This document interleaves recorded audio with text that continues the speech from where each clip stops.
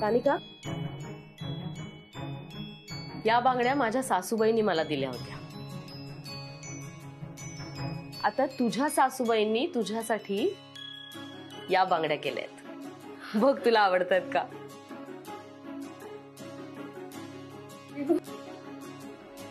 दीपिका, घालशील तिला? हो.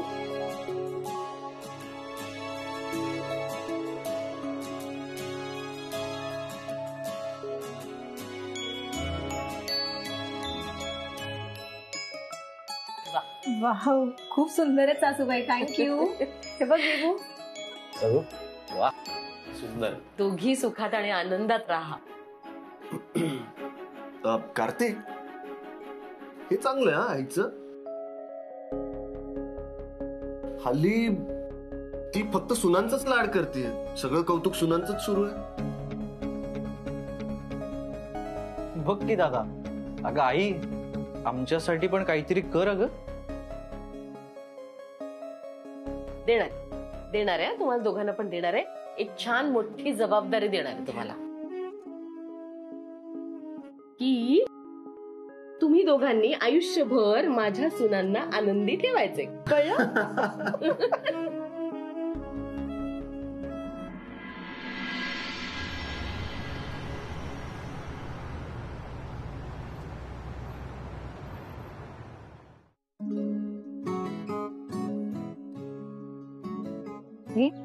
हसतोय काय?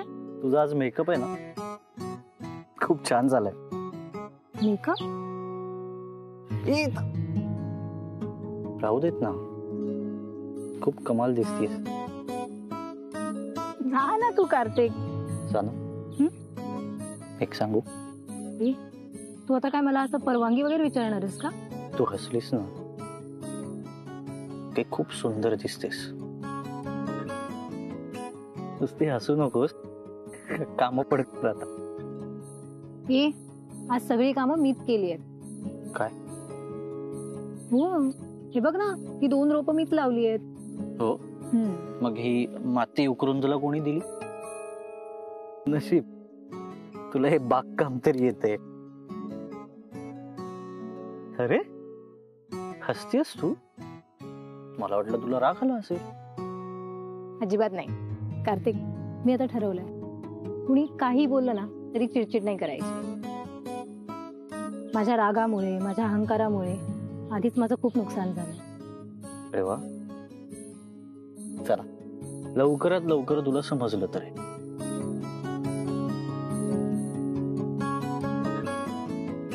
हे घे तुझ्यासाठी. थँक्यू कार्तिक. ए कार्तिक नको ना म्हणून, ते आपलं नेहमीच बेबू म्हण. थँक्यू बेबू. क्या बात. कार्तिक, सानिका, अरे काय चाललंय तुमचं? आज देशपांडे सरांचा रिटायरमेंटचा कार्यक्रम आहे, लक्षात आहे ना? हो सासूबाई, लक्षात आहे. पण थोडा वेळ आहे ना जायला अजून. हा आई, म्हणजे अजून थोडासा वेळ आहे ना, म्हणून आम्ही इथे बागकाम करत होतो. तुझ्या लाडक्या सुनेने 2 रोपटं पण लावली आहेत. वा, नाही म्हणजे आज कुणीही न सांगता तुम्ही दोघ जण काम करताय. बरं वाटलं मला. सासूबाई, आता पुन्हा तशी वेळ नाही येणार. हो आई, आम्ही दोघं तुला वचन देतो, इथून पुढे आमच्यामुळे तुला कुठलाच त्रास होणार नाही. कोणाची नजर नको लागू दे माझ्या लेकरांना.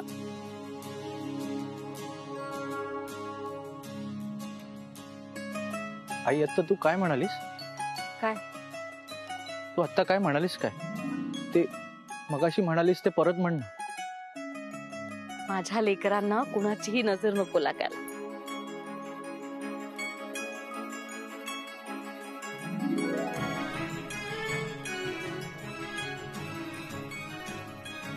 आई, तुला आठवते तू लहानपणी म्हणायचीस, माझं लेकरू. लहानपणी तू सारखं सारखं म्हणायचीस, माझं गुणाचं लेकरू, माझं गुणाचं लेकरू. असं म्हणता म्हणता तू कधी थांबलीस कळलंच नाही ग.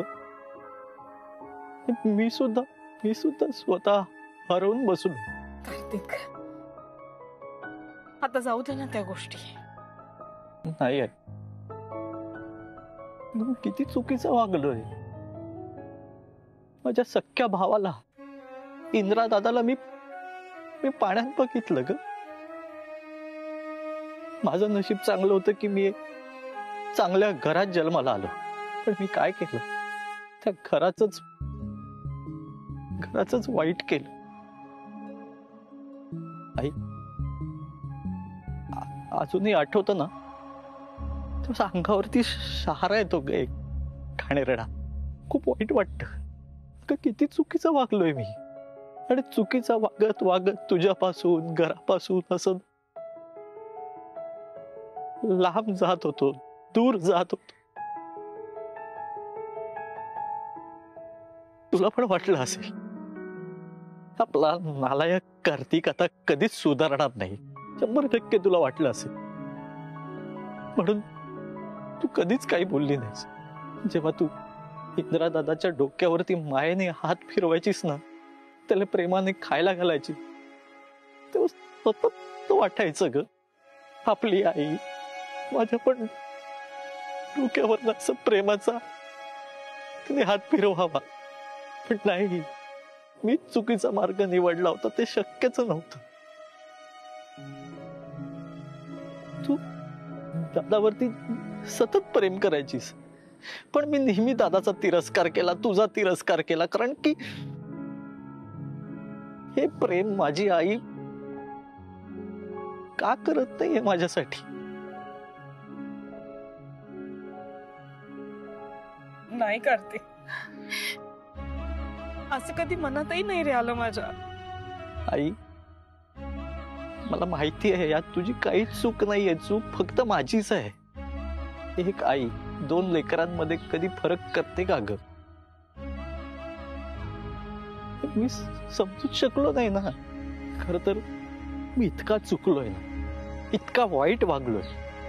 पण तू, आपला इंद्रा दादा, दीपिका वहिनी, मुक्ता, सत्तू सगळ्यांनी मला नेहमीच माफ केलंय ग. त्या दिवशी मी त्या देशपांडे सरांच्या घरात चोरी केली. इतक्या खालच्या पातळीला गेलो होतो मी. एवढं सगळं करून देशपांडे सर मला पोलिसात देणार होते, पण दीपिका वहिनीमुळे मी वाचलो. आणि तेव्हा मला समजलं पण काय करत होतो. खरंच हात जोडून पुन्हा एकदा तुमच्या सगळ्यांची माफी मागतो. हात जोडून माफी मागतो. या सगळ्याला मीच कारणीभूत. जसं पेरणार तसंच उगवणार. नाही कार्तिक, आता तू सगळं छान पेरतोयस ना, सगळं छान उगवणार. त्या सगळ्याची खूप छान फळ मिळणार तुला, मला खात्री आहे. तुम्हाला दोघांनाही जी संधी मिळाली आहे ना, त्याचं सुद्धा सोनं कराल तुम्ही, खरंच मला खात्री आहे. Thank you.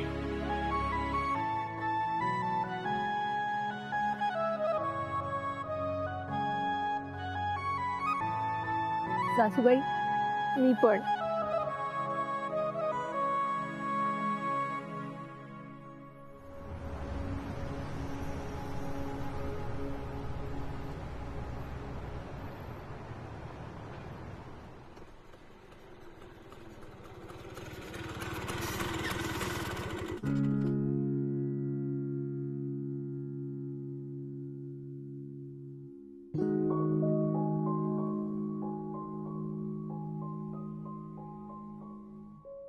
Good morning. Good morning. काय रे, तुम्ही लवकर आलात?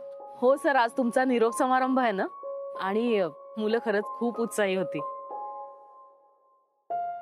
म्हणजे जणू आपल्या घरात सण समारंभ असतो तेव्हा कसे उत्साह दाखवतात ना, अगदी तसंच. बाबा, आज खूप छान वाटत असेल ना तुम्हाला?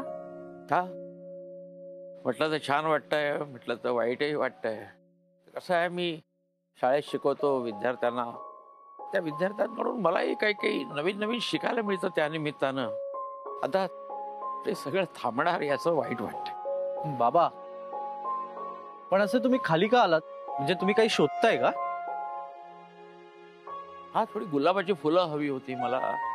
म्हणजे मी सत्तूची पण वाट बघत होतो, पण तोही नाहीये इथे, म्हणून म्हटलं मग आपणच शोधावं, म्हणून निघालो. एक मिनिट, ते चालेल?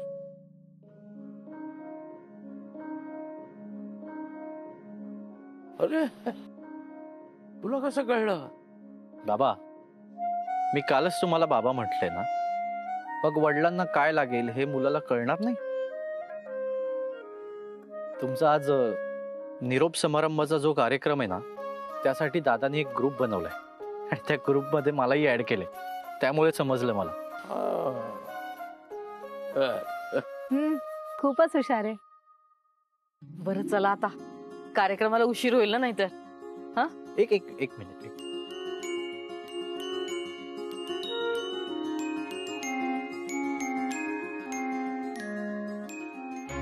आमच्याकडून तुम्हाला गिफ्ट. अरे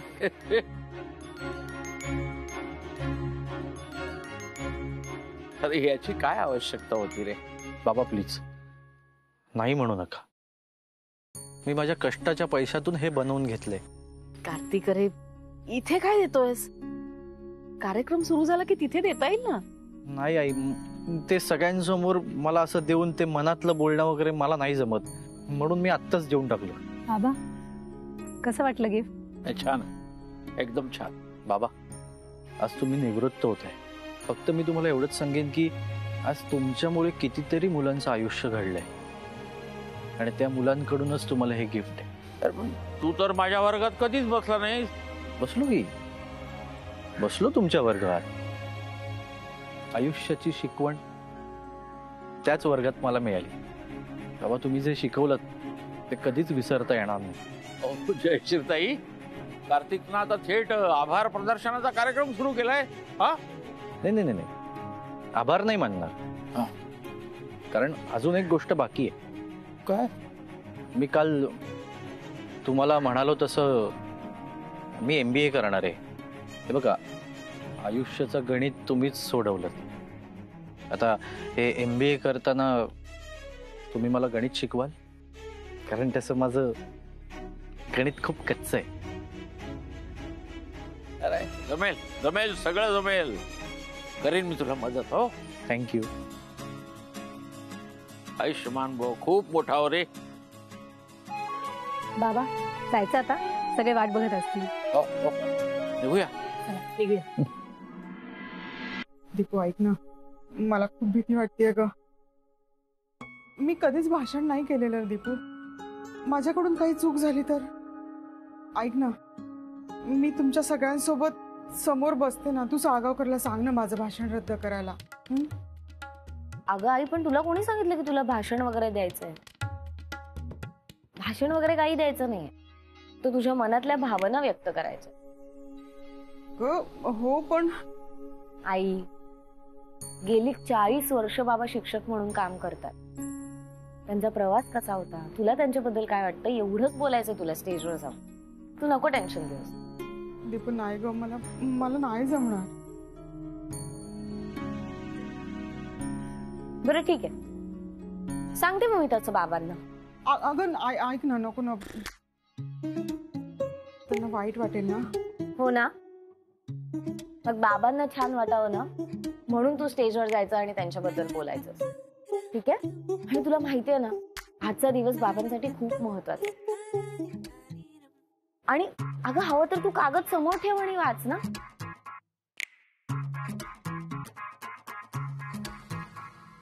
अगो, बाबांचे खूप जुने जुने विद्यार्थी आले असतील ना आज.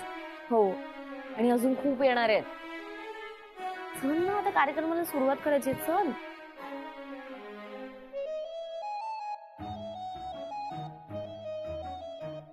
आई, मी तुला खरं सांगू, तुला एकदा स्टेजवर गेलीस ना, तर तुला या कागदाचीही गरज नाही. स्टेजवर जा, आपोआप तुला सगळं सुचेल. नक्की ना? नक्की.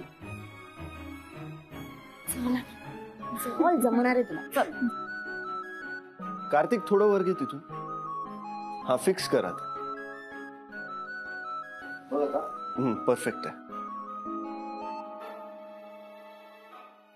काय रे? अरे इंद्रा, आम्ही नारळ आणि शाल आणली आहे आणि तेव्हा सगळे यायलाही लागलेत.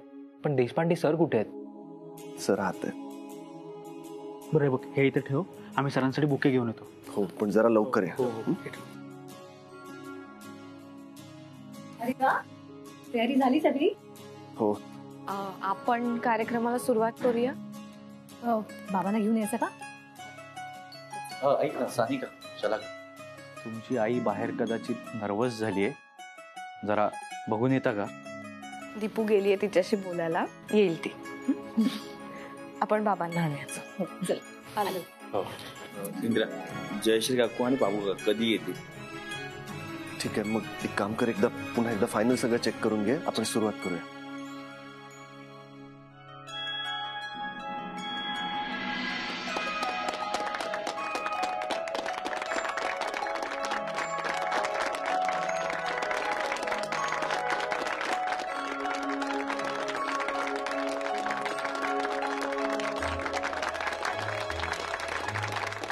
देशपांडे सर, तुम्ही नेहमीच शाळेच्या आणि विद्यार्थ्यांच्या हितासाठी भांडत राहिलात.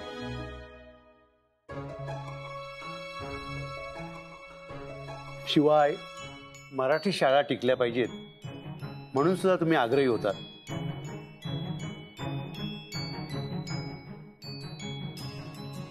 तुमचं हे मत मला पटलंय. आज मी तुम्हाला शब्द देतो की आपली ही शाळा मी बिल्डरच्या घशात जाऊ देणार नाही.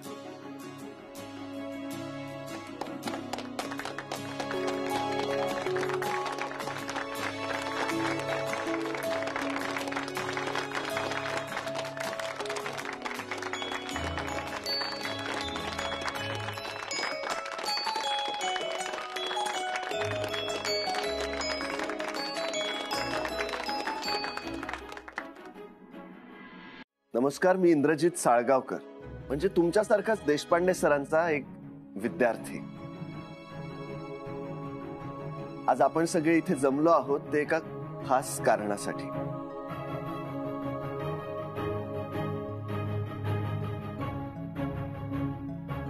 आज आपल्या लाडक्या देशपांडे सरांचा निरोप समारंभ आहे.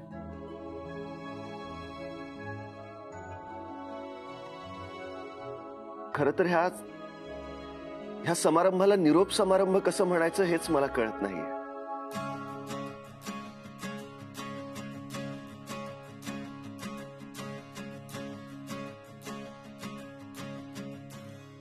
कारण आज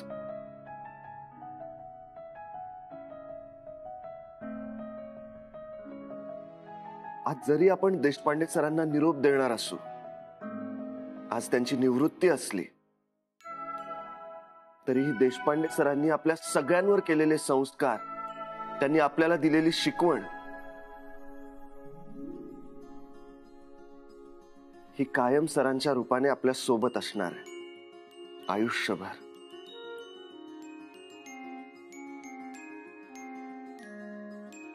देशपांडे सर, हे तुमच्यासाठी.